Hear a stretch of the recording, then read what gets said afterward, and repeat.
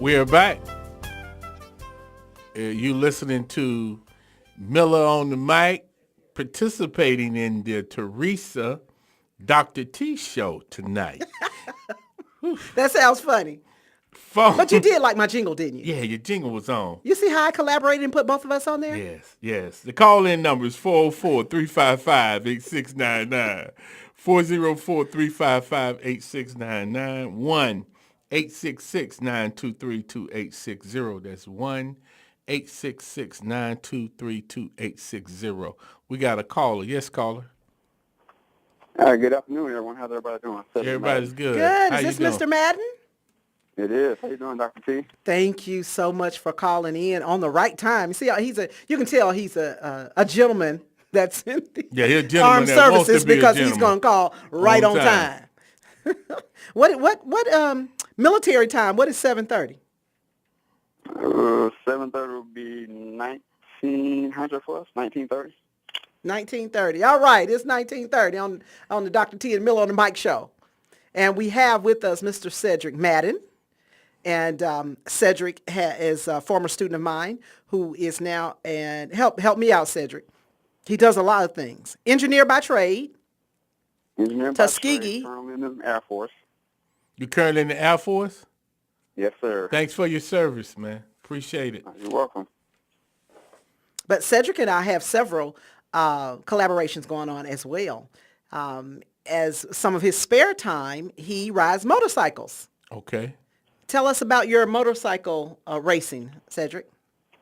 Well, we've been racing for 2 years now. We decided to take our team MADD-1 Racing live this year, our inaugural year. Okay, let's repeat that again. MADD-1 Racing. I want everybody to hear that. MADD-1 Racing. Okay, go ahead with MADD-1 Racing. We made 2Ds-1 Racing. Okay. So we operate primarily out of New Mexico this year. The next year we'll branch out into some other southern states. Okay. So we have four racers, 3 road racers, fast stuff we see on TV, and then we got 1 motocross endurance racer right now. And right now we're currently in the middle of both of our divisions trying to work our way up to those top 5 spots. Okay. And so does this lead us to NASCAR? Eventually one day maybe. I'm not a 4-wheel type of person. Okay. But okay. doesn't NASCAR have some type of motorcycle thing going? They have no, I'm saying the wrong thing. Okay. No, not to my knowledge. No. She needs to stick with education. But go ahead on, man. You know, she's trying to make you a NASCAR driver. Got NASCAR and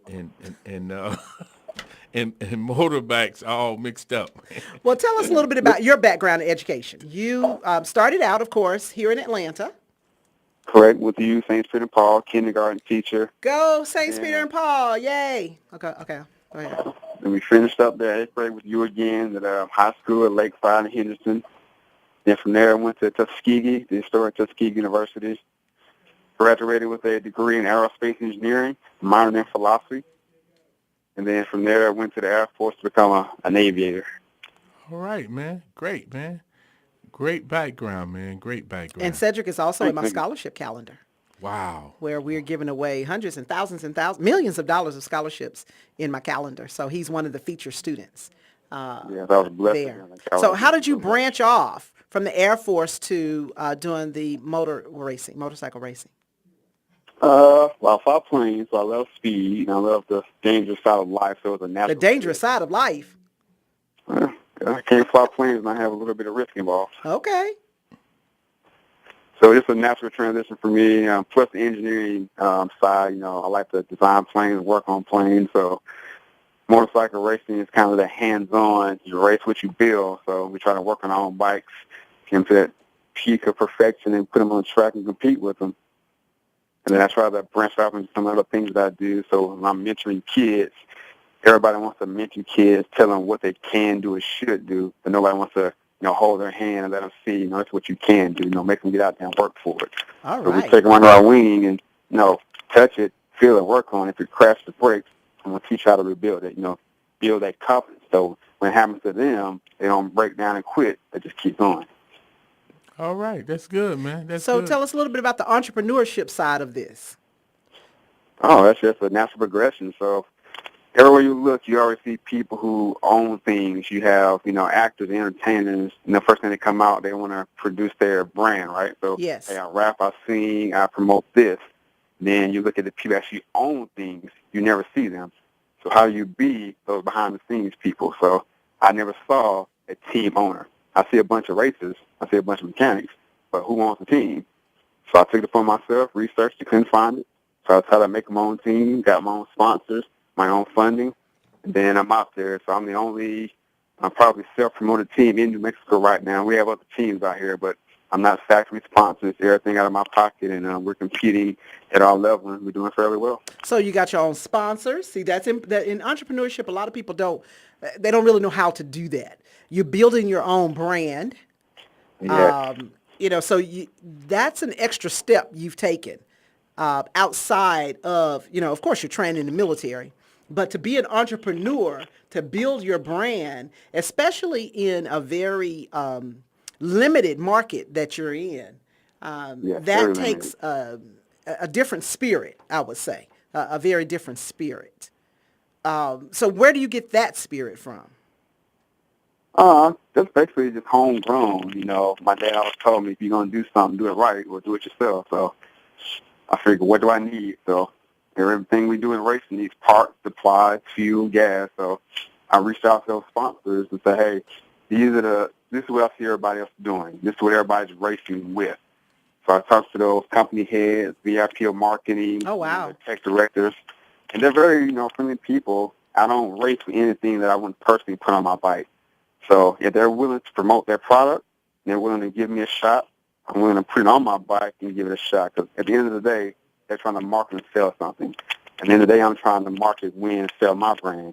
But at the same time, we got a vested interest. If that product fails, I'll lose a race or I get hurt. So it's in their best interest that it doesn't happen. Right. So We you have also mutual engineered, respect. is it a suit? I did. I designed my own suit. A young man by the name of Brian Swanson in the UK, very good designer, helped me put together. So he had the years of experience. I had the design aspects as far as what I wanted to do to be safe, be durable, be lightweight, and then to stand out. So as far as I know, I got the only suit out there in my division designed, made, and raced by me. Wow. Isn't that amazing? That's amazing, man. And I did have a crash. I'm okay, and the suit held up just well. So once again, that mutual support. If this suit failed, I'll be sitting up here with a broken leg or worse. Right. I walk around just fine. Right. And MADD-1 Racing, y'all, because this is big, and I want people to hear that because you're going to hear more from him. You're going to hear so much more from him. And I want to be able to tell people you heard it first on the Dr. T Show. That's right. So talk a little bit about our collaboration. So you reached out to me and you asked me to do some things with you as well.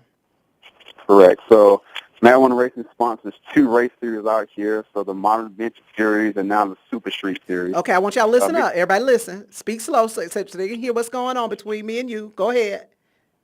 So we partnered up to where I'm bringing her brand into the racing world, and I'm what am I trying to say? I'm trying to go from the racing world into the educational world. Because I do a lot of mentoring on and off the track. Everything I do is not about racing. I got a lot of kids I want to get into STEM, so science, technology, engineering, and math. Woohoo! So to do that, Dr. T going to the races. so using her educational platform, her reach, and then my expertise in certain endeavors, we're going to do a joint venture. Now we got joint T-shirts together. So on the front, you got MADD-1 Racing. We got T-shirts coming out.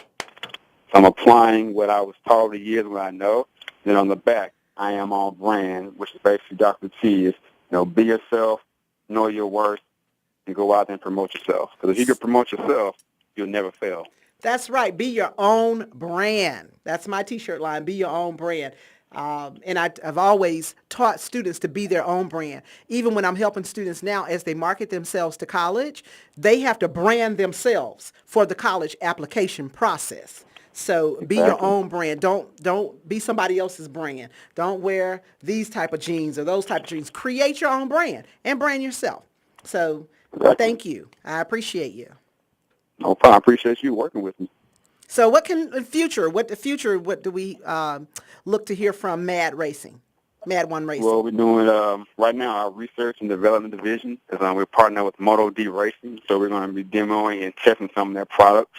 Also with Woodcraft, one of our other sponsors. And eventually we're going to race all of next year. I'm going to split the team up. We're going to hit three different race divisions. And then hopefully we can go to regional races in 2019. After that, we got some plans to hopefully bring some of the big money back to the U.S. as far as motorcycle racing. All right. All right, That's man. big. That's big things. Don, you got any questions for? That's outstanding, man. The fact that you've been willing. What was the major risk that you had in doing this? If we had a young man sitting around, what would be the thing that you tell that young man or young woman that they need to do to be able to realize their dreams? The biggest thing that I would tell anyone is people are going to tell you no. You shouldn't care that they tell you no. When they tell you no, there's just one person that you don't let control you. If you listen to them, you've already lost any hope of profit, any hope of marketship, any hope of advancement that you would ever hope to have in your future. If you just take that no with a grain of salt, hey, no, cool, I'm going to do it anyway, or hey, tailor it to where it can work. That's the biggest thing for most of the people in our culture. They hear the word no, and then their world usually comes to a halt. Not always usually, or it slows down. I take no as a challenge. If you tell me I can't do something, I guarantee within 18 months I'm going to do it better than you thought I could do. Oh, wow. All right. Oh, wow. Appreciate that word of wisdom, man. No Okay. worries. All right. We have a caller for a question for you, Cedric. Okay. Caller, go ahead. Okay, actually, I got 4 questions for him. And because of the nature of the business that you're in, it's Cedric, right? Is that your name? It is. Cedric. Because of the nature of the business you're in, liability insurance is high.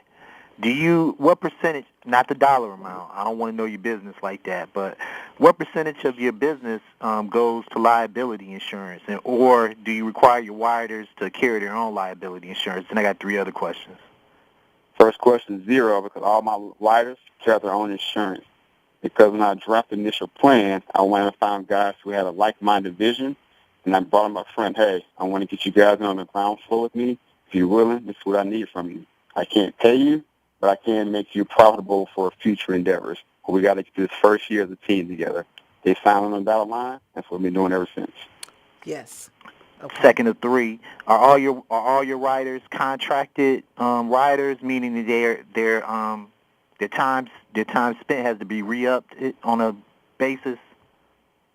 No, all my countries are 1 year at a time, so we race season at a time. So right now we're racing 2 series in a season, so they're actively on 2 different contracts. Okay.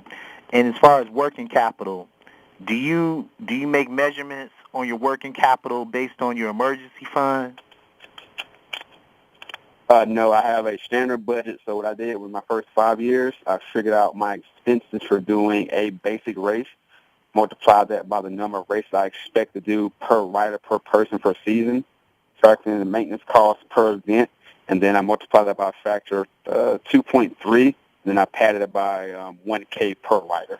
Oh, we're going to need that formula over again for all these business people out here that need to understand how to come up with a budget, especially a long-term budget. Say it one more time.